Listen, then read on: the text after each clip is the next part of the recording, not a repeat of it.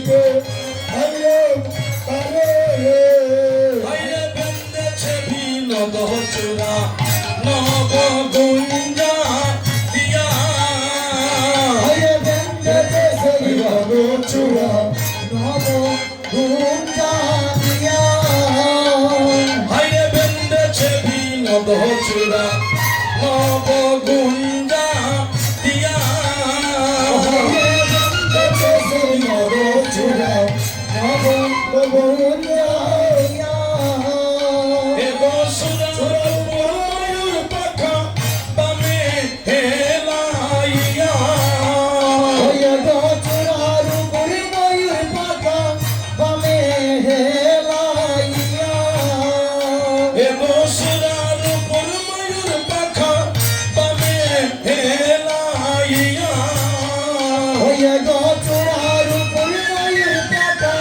বামে হেলাইয়া ওই আমি দেখে আইলাম তারে সইব দেইকে আইলো তারে দেইকে আইলো তারে সইবেন দেইকে আইলো তারে আরে কালি আলো রণ কালি চম্প নেতে বাবা কালি আবরণ খানি চন্দনেতে মাতা আরে কালি আলো রণ কালি চম্প নেতে বাবা হইরে কালি আবরণ খানি চন্দনেতে মাতা এলো হইতে বল হরি নাহি গেলো রাজা হইরে গয়া বয় হইতে যদি তোমা নাহি গেল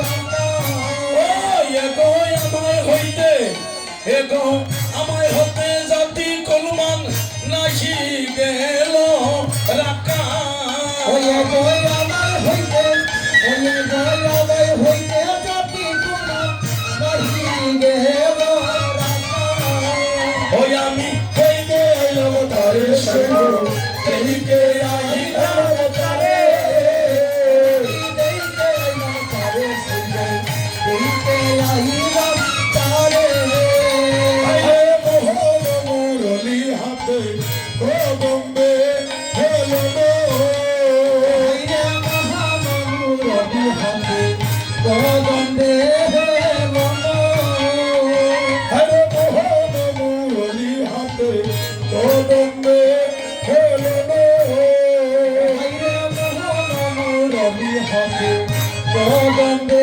হেলনো আমি দেখিলে সে আমি দেখিলে সবার রূপ হইলাম ওসে প্রভু ওই আমি দেখি আসামের অনুভব হইলাম চেতন ওই আমি দেখিয়া স্বামীর রূপ হইলাম সে তন ওই আমি দেখি আসামের অনুভব হইলাম চেতন আমি দেখে আইলাম তারে শৈব দেখে আইলাম তারে ওই আমি দেখে আইলাম তারে শৈল দিকে আইল তারে মোহন মুরলি হাতে কদমে হেলন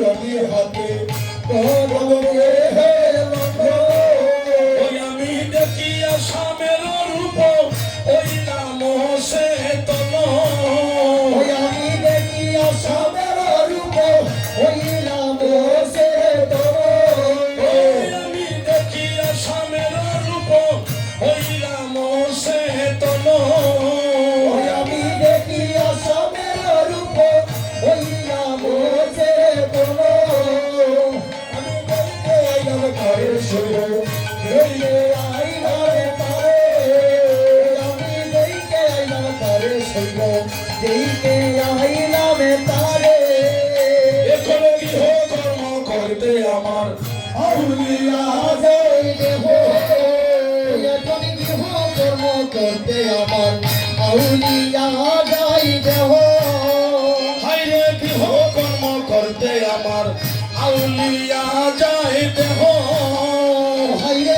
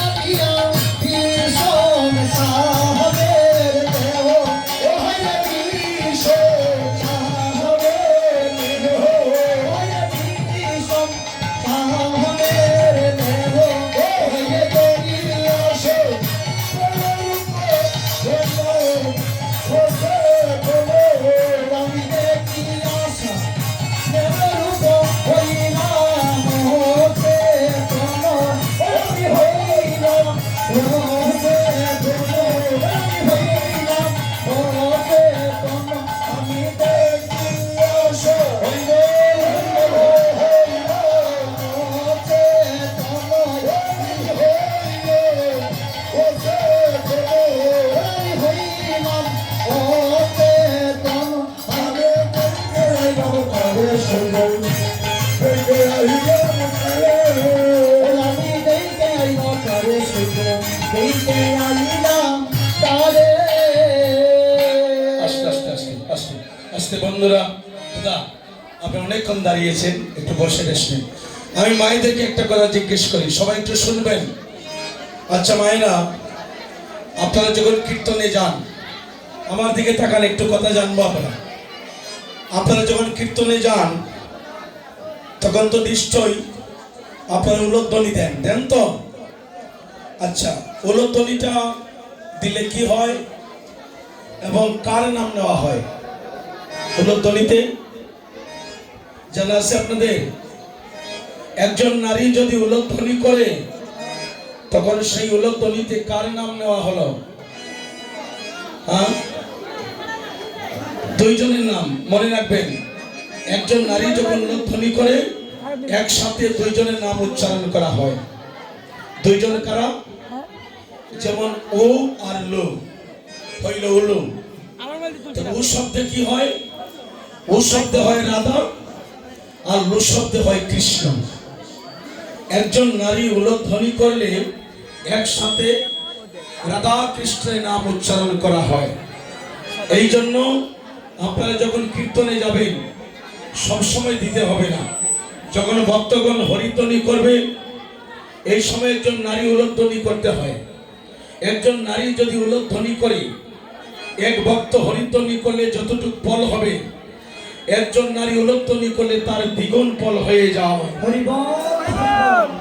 কারণ একবার কৃষ্ণ নাম নিলে যত পাপ হরে, পাতকের সাধ্য নাই তত পাপ করে। কিন্তু একবার কৃষ্ণ নাম নিলে যতটুকু ফল হয়, যদি আপনি 100 বার কৃষ্ণ নাম নেন যত ফল হবে, একবার রাধা নাম উচ্চারণ করিলে তার দ্বিগুণ ফল হয়ে যায়। এই জন্য রাধা নামের গুণ বেশি। এই জন্য মায়েরা কীর্তনে গিয়ে যদি উলুধ্বনি করে তবে তাদের দ্বিগুণ ফল হয়, কারণ তারা রাধা নামের ধ্বনি করে। রাধা নামের দ্বিগুণ ফল। কৃষ্ণ বলেছে, রাধা আমার প্রেমের গুরু, মনোবাঞ্ছা কল্পতরু। রাধারানী হতে সেদিন এই প্রেম সৃষ্টি হয়েছে। আচ্ছা, একটু মরমীয় কথা শোনেন।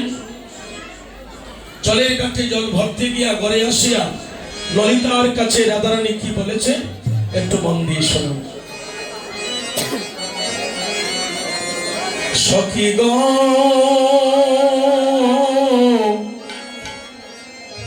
আমার বন্ধুর একটু বিরতি দেন, একটু নিরূপ হয়ে শোনেন। নন্দের দুধ লালচা গো পাতিয়ারু পেরো